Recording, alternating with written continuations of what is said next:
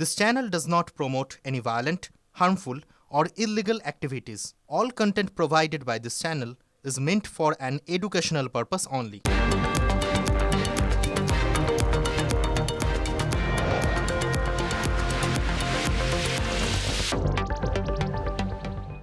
নমস্কার, দেখছেন টিভি9 বাংলা বেঙ্গল ব্রেকিং। আপনাদের সঙ্গে রয়েছি আমি শুভজিৎ মিত্র, আর সঙ্গে রয়েছে আমি শর্মিষ্ঠা।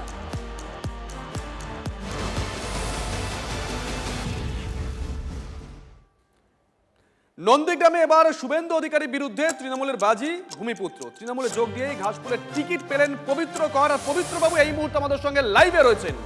পবিত্রবাবু, শুভজিৎ রয়েছি, শর্মিষ্ঠা রয়েছে, স্টুডিওয়ে দুজন রয়েছি। দুজনেই আপনার কাছে প্রশ্ন করব। একদম প্রথম প্রশ্ন আপনার কাছে, আপনি তো নিশ্চয়ই প্রচারে নেমে পড়বেন।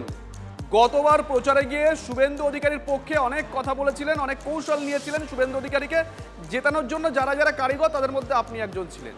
এবার তার বিরুদ্ধে গিয়ে কোন কোন কথাগুলো বলবেন মানুষের কাছে?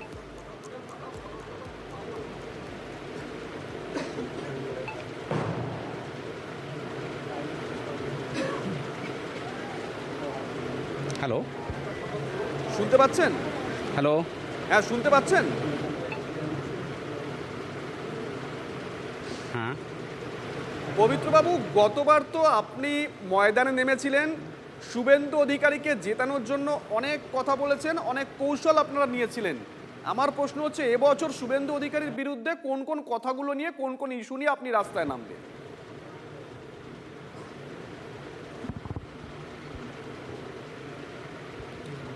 উন্নয়নের পক্ষে আমরা সওয়াল করব। গত 21 নির্বাচনে বিজেপি যে সমস্ত প্রতিশ্রুতি দিয়েছিল সেগুলো সমস্ত ভাঁওতা বলে আজকের প্রমাণ হয়েছে। এর ফলে রাজ্য সরকার মাননীয় মুখ্যমন্ত্রী মমতা ব্যানার্জির জনমোহিনী যে সমস্ত প্রকল্প মানুষের হৃদয় কেড়ে নিয়েছে, সেই নিয়ে আমরা মানুষের দুয়ারে যাব। পবিত্রবাবু, দীর্ঘদিন আপনি শুভেন্দু অধিকারীর সঙ্গে ঘুরেছেন, সঙ্গে ছিলেন, কাছের ছিলেন। অনেকে বলেন যে আপনি শুভেন্দু ঘনিষ্ঠ, এলাকার মানুষই বলে। তার দুর্বলতার জায়গাগুলোও নিশ্চয়ই আপনার খুব জানা। সেই দুর্বলতার জায়গাগুলো কি কি, মানে সেগুলোই কি অস্ত্র হচ্ছে আপনার ভোটের ময়দানে? আর সকালে তৃণমূলে ফিরে এসে বিকেলে প্রার্থী হয়ে যাওয়া, এরকম খুব একটা দেখা যায় না, এবং সাদরে গ্রহণ করে নিচ্ছে তৃণমূলের স্থানীয় লোকেরা, স্থানীয় নেতারা। সেটা কেমন লাগছে? নন্দীগ্রামে আমার জন্মস্থান। এখানের মানুষকে আমি কোনোদিনই খারাপ চোখে দেখি না। কারোর সঙ্গে সুসম্পর্ক বই খারাপ সম্পর্ক কারোর সঙ্গেই নেই।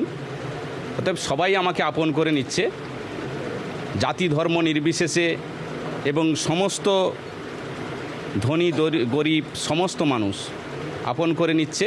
তার বহিঃপ্রকাশ আপনারা দেখতে পাচ্ছেন। পবিত্রবাবু, আপনার সঙ্গে কি আর কেউ আসবে, যোগ দেবে তৃণমূলে?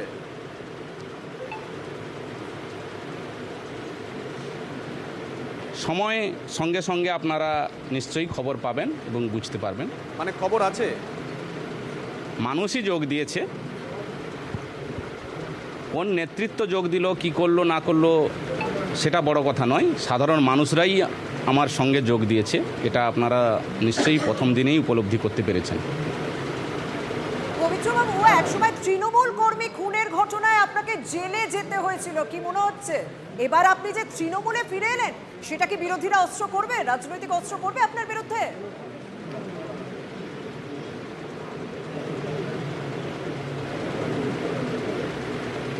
নন্দীগ্রামের পরম্পরা কমিউনিস্ট জামানা থেকে শুরু করে আজও পর্যন্ত মিথ্যা মামলা। নন্দীগ্রাম বিধানসভায় রাজনৈতিক যে সমস্ত মামলা, তার অধিকাংশই মিথ্যা। তার জন্যই আমার প্রথম লড়াই, যে সমস্ত যত পুরনো মামলা আছে সব মামলা যাতে সরকারের হস্তক্ষেপে ভবিষ্যতে কোনো বিশেষ আইনি প্রক্রিয়ার মাধ্যমে, বিশেষ করে নন্দীগ্রামের যত পুরনো রাজনৈতিক মামলা আছে সব সমাপ্তি ঘটে, তার সওয়াল আমার থাকবে এবং আমার দাবি আছে। পবিত্রবাবু, প্রলয় পাল, মানে আপনি যখন তৃণমূলের ঝান্ডা ধরছেন ঠিক সেই সময় সোশ্যাল মিডিয়ায় আপনার বিরুদ্ধে দুর্নীতির অভিযোগ তুলছে, মাটি চোর এই শব্দবন্ধ ব্যবহার করছে সোশ্যাল মিডিয়ায়। ইতিমধ্যেই তো বিরোধীরা, মানে আপনার বর্তমান বিরোধীরা বিজেপি, তারা ময়দানে নেমে পড়েছে আপনার বিরুদ্ধে। আমি সবার প্রশ্নের উত্তর আমি দেব না, বিকৃত মানসিকতার মানুষদের আমি প্রশ্নের উত্তর অবশ্যই দেব না। উনি রাজনৈতিক নেতৃত্ব বলে আমি মনে করি না, এবং প্রকৃতপক্ষে ওনার মস্তিষ্কের যে সঠিক দিশা আছে তাও আমি মনে করি না।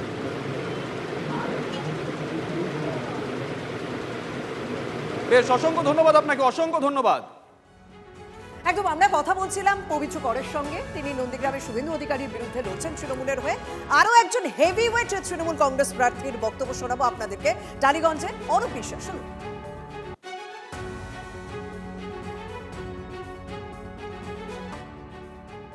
লক্ষ্য শুধু উন্নয়ন না, সারাক্ষণ মানুষের পাশে থাকা, কোনো মানুষ বিপদে পড়লে তার পাশে গিয়ে দাঁড়ানো, সে রাত 1টা হোক, 2টো হোক, 3টে হোক, ভোর 6টা হোক, এটাই আমাদের কাজ, সেই কাজটাই আমরা করি।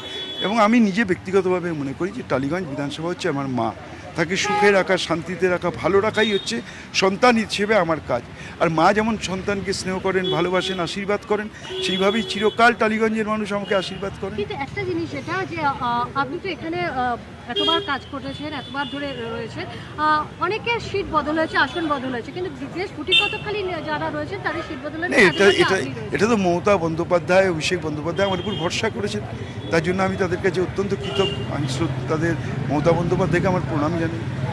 মুখ্যমন্ত্রী মমতা বন্দ্যোপাধ্যায় যেমন যেটা বলছেন, এবারে প্রচারের একটা ইস্যু সেটা হচ্ছে SIR প্লাস গ্যাসের দাম বৃদ্ধি, এই সমস্ত। আপনার এলাকাতেও SIR এর জন্য প্রচুর মানুষ নাম বাদ শুধু নয়, মানুষকে যেভাবে হ্যারাসমেন্ট করা হয়েছে, বয়স্ক মানুষ, একদম অসুস্থ মানুষ, নাকের মধ্যে নল নিয়ে সুগারের রুগী পড়ে যাচ্ছেন, গর্ভবতী মা লাইনে দাঁড়িয়ে আছেন 4 ঘন্টা 5 ঘন্টা, একটা মানসিক এবং শারীরিক অত্যাচার করেছে SIR এর নাম করে, তার জবাব মানুষ দেবে, এটা আমার দৃঢ় বিশ্বাস। এবং যতই নাম বাদ দিক, মমতা বন্দ্যোপাধ্যায় তো বলেছেন আমাদের নেত্রী, একটা ভোট থাকলে তাহলেও আমরা জিতব। লাস্ট প্রশ্ন, আপনার এলাকায় কিন্তু শুধুমাত্র মধ্যবিত্ত না, উচ্চবিত্ত এবং কলোনি একটা বিশাল এলাকা রয়েছে, তাদের উন্নয়ন সমস্ত মানুষকে দেখুন, আমরা যে উন্নয়ন করেছি টিম টালিগঞ্জ মমতা ব্যানার্জির নেতৃত্বে, আমরা তো আমাদের কথা বলবো না, মানুষকে জিজ্ঞেস করুন, মানুষ বলবে। আমরা কথা বলছি প্রার্থীদের সঙ্গে, যারা যারা ইতিমধ্যে প্রচারে নেমেছেন সেই ছবি দেখাচ্ছি। সায়ন্ত আমাদের সঙ্গে রয়েছেন, আমাদের সহকর্মী সায়ন্তর সঙ্গে রয়েছেন সোম চক্রবর্তী। সায়ন্ত। একদমই শুভজিৎ, দেখো চণ্ডীপুর থেকে গতবার তিনি বিজয়ী হয়েছিলেন, এবার তাকে পাঠানো হলো নদিয়ার করিমপুরে, অর্থাৎ নতুন করে চ্যালেঞ্জ। আমি সরাসরি সোম চক্রবর্তীকে চলে যাব। সোম, এবার করিমপুর, নতুন চ্যালেঞ্জ, নতুন জায়গা, কি বলবে? অবশ্যই নতুন চ্যালেঞ্জ, নতুন জায়গা, বাট এটুকু বলবো যে আমাদের সর্বজনের শ্রদ্ধেয়া নেত্রী, দলনেত্রী, আমাদের বাংলার মাননীয় মুখ্যমন্ত্রী মমতা বন্দ্যোপাধ্যায়কে আমি আমার অন্তরের অন্তঃস্থল থেকে কৃতজ্ঞতা, সশ্রদ্ধ প্রণাম জানাবো। এবং ভালোবাসা তো সবসময় রয়েছে, যে আমার ওপর সেই ভরসাটা রেখেছেন। আমি কৃতজ্ঞতা জ্ঞাপন করব আমাদের সর্বভারতীয় সাধারণ সম্পাদক, আমাদের সেনাপতি শ্রী অভিষেক বন্দ্যোপাধ্যায়কে, যে তিনিও সেই বিশ্বাসটা আমার ওপর রেখেছেন। তো সুতরাং এই বিশ্বাসটা যে রেখেছে, এই বিশ্বাসটা রাখার মর্মটা যাতে আমি বজায় রাখতে পারি, এটা আমার কাছে একটা কঠিন চ্যালেঞ্জ। চণ্ডীপুর তো ছিল একদম ভীষণ লড়াকু জায়গা, সেখান থেকে সীমান্তবর্তী অংশ করিমপুর, এইটা দুটোর ভৌগোলিক চেয়ারও তো আলাদা। একদমই তাই, পুরোটাই তো আলাদা। তো সুতরাং ঠিক আছে, ওখানে তখন লড়াই করে জিতেছি, এবং আমি চণ্ডীপুরের মানুষের কাছে আমি চিরকৃতজ্ঞ। তারা প্রথমবার আমাকে বিধায়ক বানিয়েছেন, এই পদটা আমাকে তারা আস্বাদনটা দিয়েছেন, তো অবশ্যই সেটা তো তাদের কাছে আমি কৃতজ্ঞ। আরেকটা প্রশ্ন করো, দেখো সোহম গতবারের বিধায়ক, গতবার দাঁড়িয়েছিলেন, জিতেছিলেন, কিন্তু এবার এখনো পর্যন্ত তৃণমূল কংগ্রেসের প্রার্থী তালিকা দেখে সবাই যেটা বলছেন যে তৃণমূল কংগ্রেসের প্রার্থী তালিকায় ওই তারকার চমক, সেলিব্রিটির চমকটা নেই, বরং যারা রাজনীতি করেন, রাজনীতিবিদ, তারাই বেশি করে আছেন। সোহম নিজে কি মনে করেন এই গোটা বিষয়টা?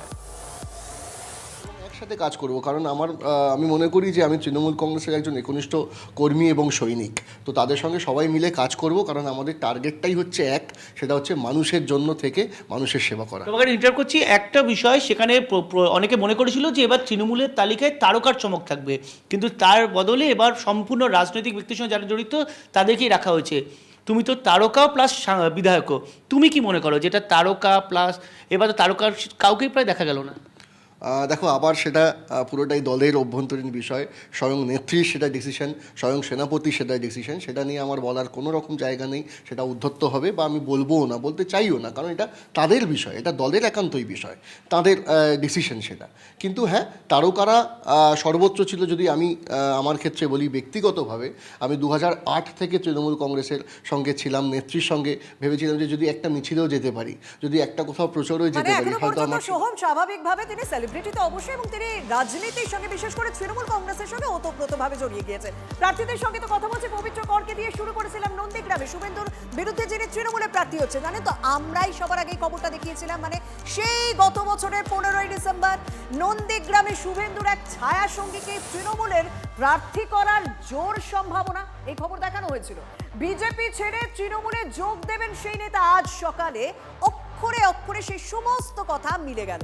নন্দীগ্রামের শুভেন্দু অধিকারীর বিরুদ্ধে ভোটের লড়াইয়ে তারই এক সময়ের ছায়াসঙ্গী পবিত্র কর। নন্দীগ্রামে তৃণমূল প্রার্থী হতে পারেন শুভেন্দুর এক অনুগামী। বিজেপির এক প্রভাবশালী নেতার দলবদলের খবরে গুঞ্জন। ঠিক 3 মাস আগের কথা, TV9 বাংলা গোটা দুনিয়াকে প্রথম জানিয়েছিল শুভেন্দু অধিকারীর অত্যন্ত ঘনিষ্ঠ এক বিজেপি নেতা তৃণমূলের প্রার্থী হতে পারেন। সেই পূর্বাভাস মিলে গেল। নন্দীগ্রামে তৃণমূলের প্রার্থী নিয়ে TV9 বাংলার খবরে শিলমোহর। নন্দীগ্রামের মর্যাদার লড়াইয়ে তৃণমূলের প্রার্থী পবিত্র কর। নন্দীগ্রাম পবিত্র কর, নন্দীগ্রাম পবিত্র কর। 2021-এ হটস্পট নন্দীগ্রামে ভোটের দিনের এই ছবিটা বঙ্গ রাজনীতির খুব পরিচিত। বয়ালে প্রাথমিক স্কুলে মুখ্যমন্ত্রীর যাওয়া, সেখানে বেশ কিছুক্ষণ আটকে থাকা, পুলিশের সঙ্গে বাকযুদ্ধ। নন্দীগ্রামের রাজনীতিতে কান পাতলে শোনা যায় এই গোটা পর্বের পেছনে ছিলেন পবিত্র কর। সেদিনের বিজেপি নেতা পবিত্র কর শুভেন্দু অধিকারীর সৈনিক। মাঝের 5 বছরে অনেক জল বয়ে গিয়েছে হলদি নদী দিয়ে। গেরুয়া ধুয়ে আবার নিজেকে সবুজে রাঙিয়ে নিলেন পবিত্র কর। মঙ্গলবার সকালে অভিষেক বন্দ্যোপাধ্যায়ের হাত ধরে যোগ দিলেন তৃণমূলে। ঘণ্টা দুয়েকের মধ্যেই নন্দীগ্রামের প্রার্থী হিসেবে নাম ঘোষণা হলো পবিত্র করের। নন্দীগ্রাম পবিত্র কর, নন্দীগ্রাম পবিত্র কর। শুভেন্দু অধিকারী বিজেপিতে যোগ দেওয়ার পরপরেই দাদার পথে পদ্ম শিবিরের নাম লেখান পবিত্র। একসময় বয়াল 2 নম্বর গ্রাম পঞ্চায়েতের তৃণমূলের প্রধান ছিলেন। পবিত্র স্ত্রী এই মুহূর্তে ওই পঞ্চায়েতের বিজেপির প্রধান। বর্তমান বয়াল 2-এর বিজেপির পঞ্চায়েত সদস্য পবিত্র। একসময় নন্দীগ্রামে তৃণমূল কর্মী খুনের ঘটনায় জেলও খাটেন পবিত্র। রাজনীতির রং বদলের খেলায় সেই পবিত্রই এখন জোড়া ফুলে এবং চ্যালেঞ্জ জানালেন বিরোধী দলনেতাকে। বিপক্ষে কে আছে জানি না, আর জানার প্রয়োজন নেই, কিন্তু আমি আমার কাজ করব। আমার ভালোবাসা, আমার মানুষজন আমাকে যেভাবে স্বতঃস্ফূর্তভাবে ভালোবাসে তাদেরকে নিয়ে উনি সর্বভারতীয় রাজনীতি করে, রাজ্য রাজনীতি করে, আমি কিন্তু নন্দীগ্রামের রাজনীতি করি। মঙ্গলবার থেকেই নেমে পড়েছেন প্রচারে।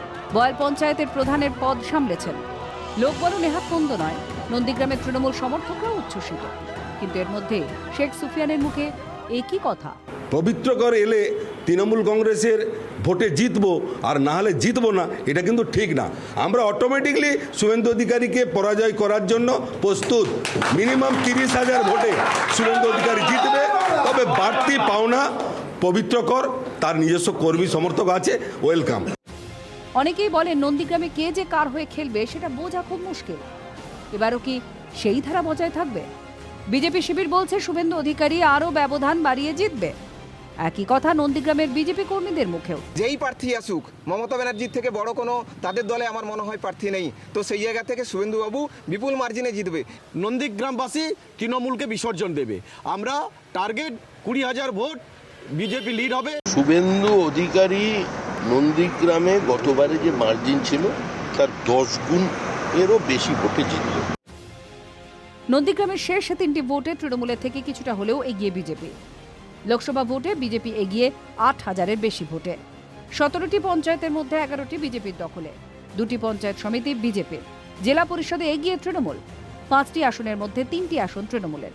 তৃণমূলের কাছে কামব্যাকের লড়াই, বিজেপির কাছে গড় রক্ষার লড়াই। শুভেন্দু অধিকারী বরাবরই বিদ্রুপের সঙ্গে বলেন, নন্দীগ্রামে প্রার্থী দেওয়ার মতো স্টক নেই তৃণমূলের। সেই স্টক বাড়াতে বিরোধী দলনেতার ঘরেই শেষে হাত বাড়ালো শাসক দল। কনিষ্ক মাইতির রিপোর্ট, TV9 বাংলা। চলতি সপ্তাহে প্রথম সাপ্লিমেন্টারি লিস্ট শুক্রবার শনিবারের মধ্যে বেরোতে পারে সাপ্লিমেন্টারি লিস্ট। হাইকোর্টে বৈঠক শেষে জানিয়েছেন বিশেষ পর্যবেক্ষক সুব্রত গুপ্ত। এখনো পর্যন্ত 21 লক্ষ বিবেচনাধীনের নিষ্পত্তি, এমনটাই কমিশন সূত্রে খবর। সাপ্লিমেন্টারি লিস্ট পাবলিকেশন নিয়ে আলোচনা হয়েছে, আশা করা হচ্ছে যে এই সপ্তাহের মধ্যেই আমরা পাবলিশ করতে পারবো। এই সপ্তাহের মধ্যে ওনারা সিদ্ধান্ত নিয়েছেন, ওদের নাম আমাদের সাথে শেয়ার করবেন এক দুদিনের মধ্যে। কবে নাগাদ বেরোতে পারে সাপ্লিমেন্টারি তালিকা কিছু? এখন যে অবস্থায় আছে তাতে শুক্রবার বা শনিবার বেরিয়ে যাওয়া উচিত। আর ট্রাইব্যুনালে কিছু আলোচনা হলো? ওনারা নাম পাঠাবেন আমাদের কাছে, আমরা ব্যবস্থা করলে তারপর ট্রাইব্যুনাল কাজ করতে শুরু করবে। দেখুন, রাজ্যের বিধানসভায় যাদের বিধায়ক সংখ্যা শূন্য, সেই বামেরাই গতকাল সবার আগে প্রার্থী তালিকা প্রকাশ করেছে। 192 জনের নাম প্রকাশ করেছেন বামফ্রন্ট চেয়ারম্যান বিমান বসু। কিন্তু যে কেন্দ্রের বাম প্রার্থীকে দেখে রাজনৈতিক মহল চমক বলে মনে করেছিল, সেই কালীগঞ্জের প্রার্থীকে ঘিরে সিপিএমে কার্যত বিধি বাম। যিনি সিপিএম এর সদস্য পর্যন্ত নন, সেই তামান্নার মাকে কেন প্রার্থী করা হলো? প্রার্থী বদল চেয়ে দলের অফিস তছনছ করে দিলেন সিপিএম এর কর্মীরাই। ভাবাবেগকে কাজে লাগিয়ে শুধু তাকে প্রার্থী করে দিলাম, সে পার্টির এজি সদস্য নয়, সাধারণ সদস্য নয়, সেরকম প্রার্থী আমরা চাই না। কেউ বিনা বাধায় চেয়ার ভাঙছেন, কেউ উল্টে দিচ্ছেন টেবিল। ধুলোয় মিশেছে বিদ্যাসাগরের ছবি। অন্য কোনো দল নয়, সিপিএম এর পার্টি অফিস ভাঙছে সিপিএমই।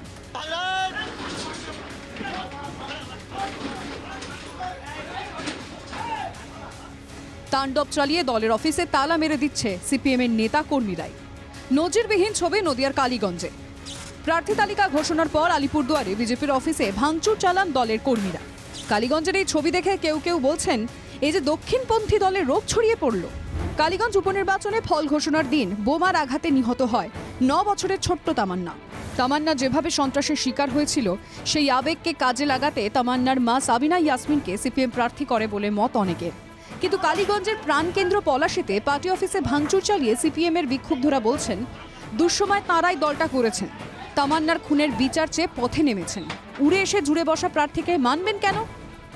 সে একজন সাধারণ ভোটার, এজি সদস্য নয়, পার্টির কোনো নেতৃত্বেও নাই, কোনো সংগঠনের মধ্যেও যুক্ত নেই। পার্টি যারা কর্মী একনিষ্ঠ, যারা বুথ লেভেলে কাজ করে, তারা কিন্তু এটাকে মেনে নিতে পারছে না। সিনিয়র কর্মীরা ওইটা করেছে, ওই জন্য আমি সমর্থন করেছি। এই ব্যাপারটা আমি জানি না যে ভাঙচুর করছে, এই ব্যাপারটা আমি বলতে পারবো না। সিপিএম এর বিক্ষুব্ধদের অভিযোগ, তামান্নার মাকে চাপিয়ে দেওয়া হয়েছে। তাদের প্রশ্ন, এতে কি ঘুরিয়ে প্রতিদ্বন্দ্বীদের সুবিধা করে দেওয়া হচ্ছে? খোঁজখবর নিচ্ছি যে কারা এই ঘটনাগুলোর সঙ্গে যুক্ত। দেখা যাক যে প্রকৃত ঘটনাটা কি ঘটেছে, কোনো ষড়যন্ত্র আছে কিনা, বিরোধীদের কোনো প্ররোচনা আছে কিনা, এটা একটু দেখে নেব। তামান্নার মাকে প্রার্থী করায় সিপিএম এই গৃহদাহ, অন্য দলগুলি বেজায় উৎফুল্ল। এটা একান্তই ওনাদের পার্টির আভ্যন্তরীণ ব্যাপার, কিন্তু কোথাও না কোথাও এটাই প্রকাশ করে যে ওদের সংগঠনে ফাটল ধরছে। কালীগঞ্জের যারা সাধারণ মানুষ, তারা এই সিপিএমের দ্বন্দ্ব, এই দ্বন্দ্বের থেকে সিপিএমের থেকে মুখ ফিরিয়ে নেবে এবং অবশ্যই আমার মনে হয় যে ওখানে জাতীয় কংগ্রেসের প্রতি আমাদের সমর্থন বাড়বে। সিপিএম এর পার্টি সদস্য নন আনকোরা। তামান্নার মায়ের রাজনৈতিক জ্ঞান নিয়েও অজস্র প্রশ্ন তুলে দিচ্ছেন সিপিএম এরই লোকজন। বেনজিরভাবে তারাই আবার পার্টি অফিসে ভাঙচুর চালিয়ে তালা মারছেন। এসব কি লাল থেকে আরও ফ্যাকাশে হওয়ার লক্ষণ? নদিয়া থেকে তুষারের সঙ্গে মহাদেব কুণ্ডুর রিপোর্ট, TV9 বাংলা। ঢাকে কাঠে পড়ে গিয়েছে ভোটের বাদ দিয়ে পাড়ায় পাড়ায় মিটিং মিছিল সরগরম বঙ্গ। কিন্তু ভোটের প্রচারে শাসক বা বিরোধীরা ট্রাফিক আইন মানেন কি? যে ভুল করলে সাধারণ মানুষকে শাস্তি পেতে হয়, সেই একই ভুল বারবার করেও কেন ছাড় পান? ভোট বঙ্গে উত্তর আছে নেতাদের কাছে।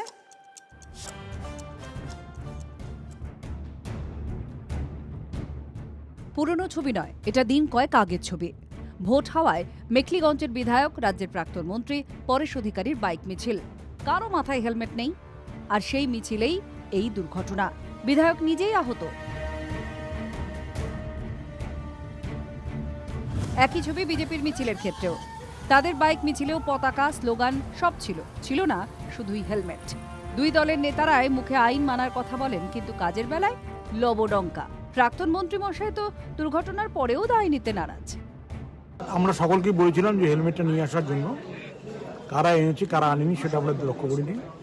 এবং এই কথা আমরা বলতে পারবো না, কিন্তু আমরা সকলেই বলি যে এটা আইনটাকে মেনে চলার জন্য।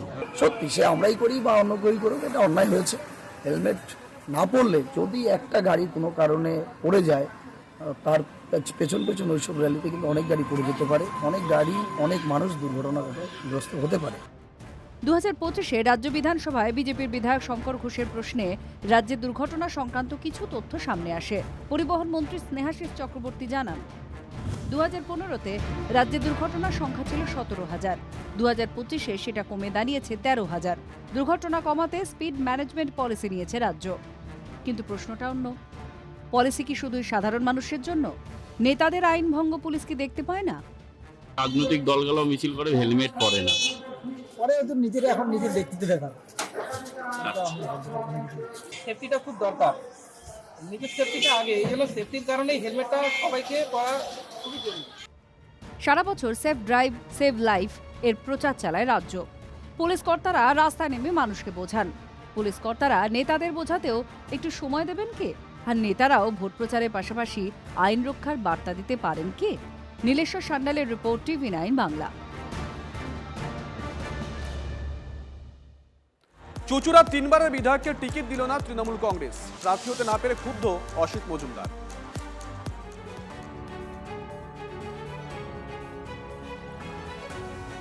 শেখ এবং দিদি মনে করেছে আমার চাইতে দেবাংশু বেটার হবে। ওকে, থ্যাঙ্কস, ধন্যবাদ জানালাম দলকে। আপনার সাথে কথা হয়েছে? না, আমার সাথে কিছু কথা হয়নি। কথা বলার প্রয়োজন আছে নাকি? যেখানে দিদিমণি অভিষেক সিদ্ধান্ত নিচ্ছে, এরা দলের সর্বময় কর্তা, আমরা তো চুনোপুটির লোক, আমাদের সাথে কেন কথা বলবে বলুন? কোনো জায়গায় মনে হয়েছে যে আপনার খামতি ছিল এই বিধানসভা? নিশ্চয়ই খামতি আছে, খামতি না থাকলে আমাকে দেবে না কেন? একদম তো বেকার হয়ে যাব না। যদি মনে করি আবার কোর্টে নামবো, প্র্যাকটিস করবো, লয়ার ডিগ্রিটা আছে, বার কাউন্সিলের সার্টিফিকেট আছে, কোর্টে নেমে যাবো। রাজনৈতিকভাবে সন্ন্যাস নিচ্ছেন নাকি? না, রাজনীতি আর করবো না, রাজনীতি আর করবো না। তাহলে কি সন্ন্যাস নিলেন? রাজনীতি থেকে বিশ্রাম নিলাম। দল যদি কাজ করতে বলে তাহলে? দল কাজ করতে বললে আমাকে করতে হবে নাকি? আমি কার ঠিকা চাকর নাকি?